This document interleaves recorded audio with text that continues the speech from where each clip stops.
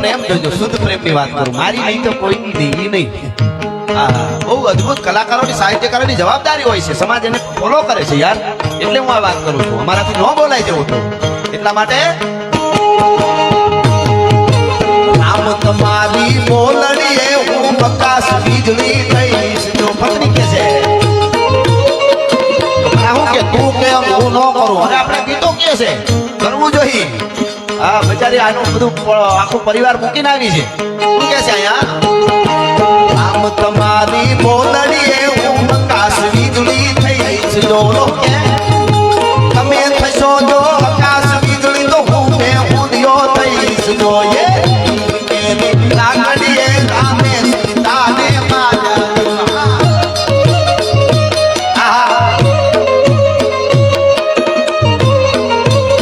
અબે આ દીકરી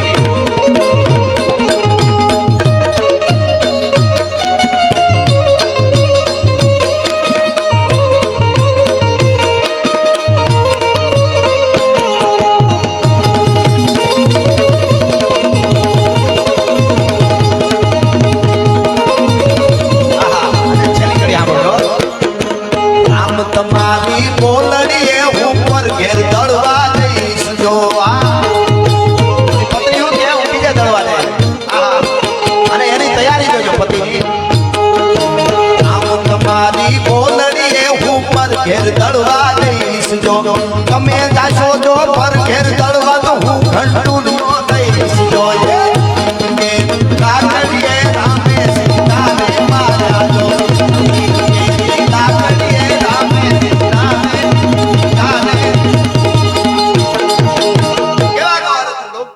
ગીત હોય, ભજન હોય, દોહો, છંદ, જીવતરની વાતો મને તમને મૂલ્ય બતાવી દે અને માનું કે આ આપણું કંઈક છે.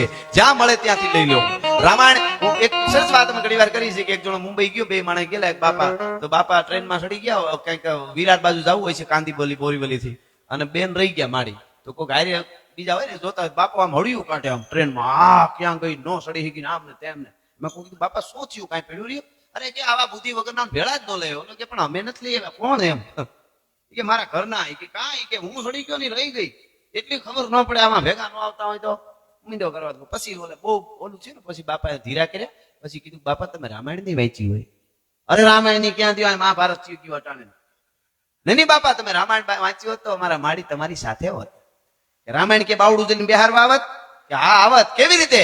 રામ લક્ષ્મણ ને જાનકી જયારે ગંગાજીને કાંઠે આવ્યા ને, હુડકામ બેન સામે કાંઠે જાવું તો ને બાપા, તો ભગવાન રામે બાવડું જાલી અને પેલા જાનકીજીને નાવડામાં બેહાર્યા. પછી પોતે બેઠા, ખૂટીઓ માથા મારે એમ ઘરી ન જવાય, પેલા એને બેહારાય.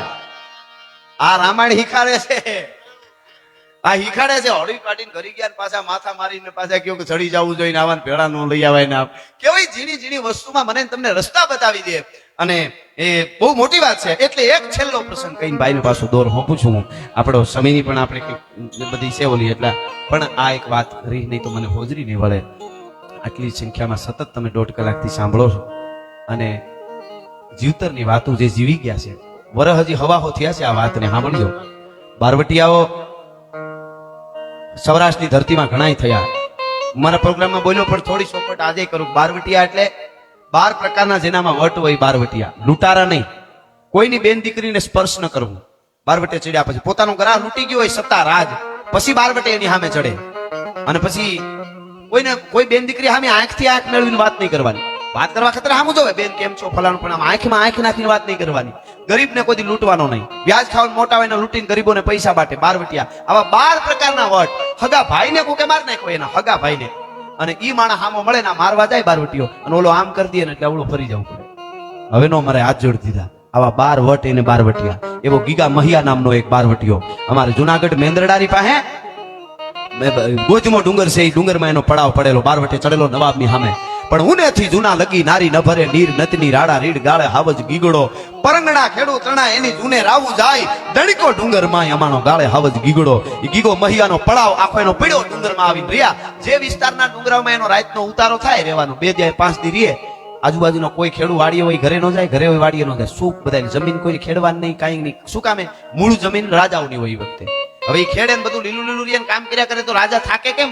તો આ બારવટિયાને તેને થકાડો હોય એટલે ખેડૂત સસુપાઈ જાય તો એને કઈ ન કહે, ખેતી નહીં કરવાની. એવા બારવટિયાનો પડાવ ગોધમાં ડુંગરમાં પડેલો અને નાગણી ગામ છે બાજુમાં.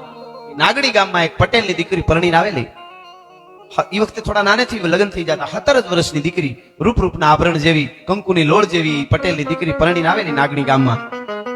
એને 15 દી થયેલા પરણીને આવી. એને હવા વર્ષ પહેલાની વાત કરું છું. આ સત્ય ઘટના, રિયલ સ્ટોરી છે. અને ઈ દીકરીનો ધણી ઈ પટેલ જુવાન વાડીએ ગયેલો, બારવટિયાની ખબર પડી, વાડીએ રોકાઈ જાય, પછી ઘરે ન જવાય. 3 દી થઈ ગયા. દીકરી વિચાર કરે છે, મારો પતિ 3 દીથા વાડીએ ગયો છે, ભૂખ્યો હોય છે, ફળ ફૂલ ખાઈ લેતો હોય છે, અને હું ઘરે રોટલા ખાઉં. આજ તો સવારમાં વહેલું ઉઠીને ભાત કરીને ભાત દેવા જાવું જ છે, પાકું જાવું. સરસ સરસ, જોઈ લો. એટલે સવારમાં આજ નક્કી કર્યું દીકરી, ભાત લઈ રોટલા ઘડી હાથે અને જલ્દી અને જાવું છે ભાત લઈને, ભલે મને બારવટિયા માર નાખે. પણ 17 વર્ષની પટેલની દીકરીઓ સવારમાં વહેલી ઉઠી, સાયું ફેરી, ગાયું ભેહું ધોયું, ચકલાને થોડાક દાણા નાખ્યા અને પછી ફળિયા વાળ્યા, ઓહરી વાળી, કામકાજ જે હતું એ કર્યું. પણીભા જેવા બાજરાના રોટલા ઘડ્યા, અડદની દાળ, માખણનો પીંડો માથે મૂક્યો, સાયની ઘાટી રેડિયા જેવી દેગડી ભરી, દહીંની દેગડી ભરી, અથાણા, પાપડ, એવો ભાતનો હુંડલો તૈયાર કર્યો. મુંબઈમાં મેં આવી રીતે વર્ણન કર્યું તો એક જણા લાડુ પડવા માંડ્યું. એ ભાતનું વર્ણન હજી તો મેં ટૂંકાયું. લાડુ પણ મને કે આવું જોયું જ નથી. અહીંયા અમે પીઝા ખાઈ છીએ કે આ રોટલા દાળ ને અડદ ને પાપડ નહીં કે માખણ ને ઘાટી રેડિયા જેવી સાય ની કે રેવા દો ને ઘટવી. પણ ઈ ભાતનો હુંડલો તૈયાર કરી અને દીકરીએ માથે હુંડલો લીધો કે આજ ભાત લઈને જવું છે. તૈયાર થઈ ઓહરી ઉતરવા જાય ત્યાં સાસુની નજર પડી ગઈ. સાસુમાએ કીધું, મરી ગઈ, ક્યાં જાશો? કે બાઈજી, સાસુને જૂના જમાનામાં વડીલો એને ખબર, બાઈજી કહેતા, બાઈજી તમારા દીકરાનું ભાત લઈને જાવ છું. અરે તને કઈ ખબર પડે છે કે નહીં? ભાત લઈને વાડીએ જાઉં? અરે વાલા મુઈ મરી ગઈ, તારે હુંડ કાઢવું મારા ઘરનું?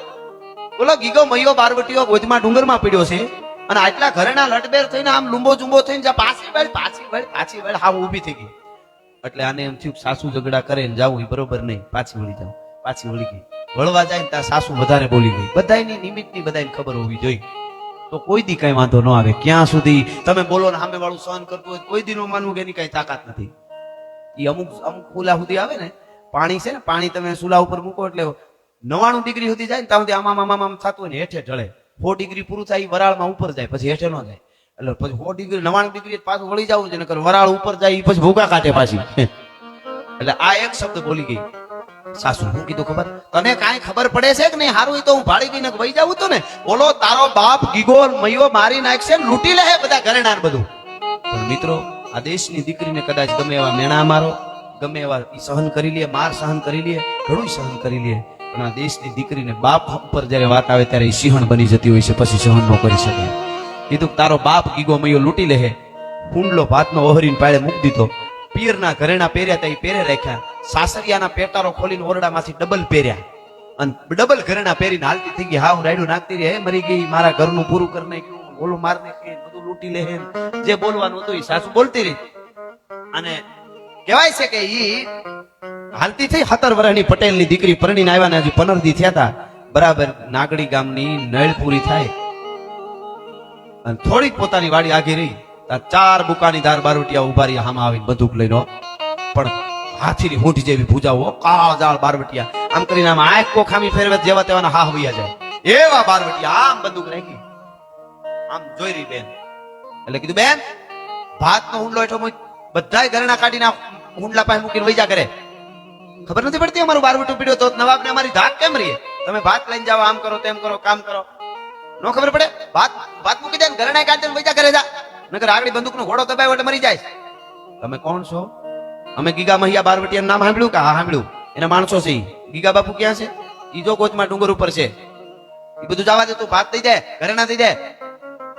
મને ગીગા બાપુ પાસે લઈ જાવ તો દઉં. મારે અહીં બેઠેલા ને કેવું છે એટલું જ ખાલી, 17 વર્ષની દીકરી આજે કોઈક જંગલમાં ખોટે ખોટ મોકલજો અને બંદૂકધારી આતંકવાદી જેવા આમ હામાં કાળા લુગડા પહેરીને આમ ઉભા હોય, પછી પૂછે કે તમે ન્યા લઈ જાઓ તો ભાત દઉં. આ કઈ યુનિવર્સિટીમાં આવ્યું છે? આ જનેતાના ધાવણમાં આવે છે. ભલા માણસ, આ ધાવણના સંસ્કાર છે એટલે આ વાર્તાઓ માંડી છે. તમે દીકરીને ભણાવો, ખૂબ લાડ લડાવો, પણ ખડતલ બનાવી જો સિંહણ જેવી, મીઠ નો માંડી શકાય સાહેબ કોઈને હામી. એને કીધું ગીગા બાપુ પાસે લઈ જાવ તો ભાત દઉં. લે બેન તું શું સમજે છે દીકરી? અમે બેન બેન ને દીકરી દીકરી કરી એટલે અમે બારવટીયા કઈ વેપારી છે? તું આમ કરી તો અમે આમ કરી તો તું આમ કરી. અમારે ઘોડો દબાવતા વાર ન લાગે. મચ્છર મારું માણસ મારું મારું ઘોડો દબાવું ઘરે ના કાઢ.